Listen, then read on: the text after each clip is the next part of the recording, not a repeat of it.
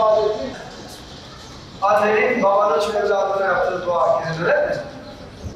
Burada anlıyoruz ki oruçlunun cennete girmesi mukadderdir. Allah Resulü müjdeyi veriyor. Peki hangi oruçlunun? Bunlar önemli. Her oruçlunun değil maalesef. Değerli kardeşlerim. Allah Resulü Muhammed Mustafa sallallahu aleyhi ve sellem buyuruyor ki sizden biriniz diline hakim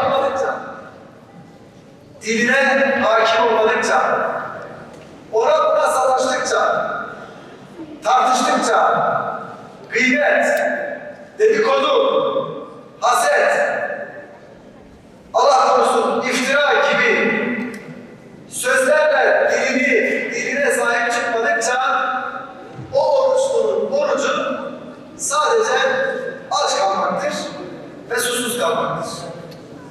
Allah Resulü Aleyhisselatü Vesselam'ın cennetle müjdelediği oruçlu kimdir biliyor musunuz? Tam bunun karşısında kendisiyle birisi tartışmaya kalktığında kendisiyle birisi cedel yapmak istediğinde bir adım geri atıp ben oruçluyum diyen kişidir. Allahu Ekber, Allahu Ekber. Allahümme salli ala seyyidina Muhammedin ve ala ali Muhammed.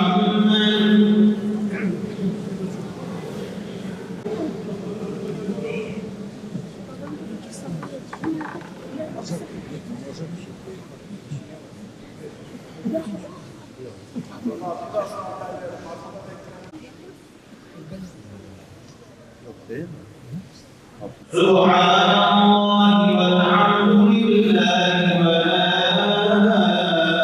ilahe illallah vallahu ekber ve la havle ve la kuvvete illa billahil aliyyil azim. Sallu ala Resulina Muhammed ve ashabihi. Allahu Ekber. Esselamu aleyküm ve rahmetullah. Esselamu aleyküm ve rahmetullah.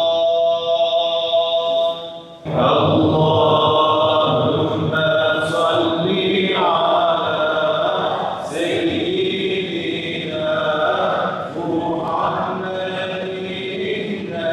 nebiyyil ümmi ve ala alihi ve sahbihi ve sellim.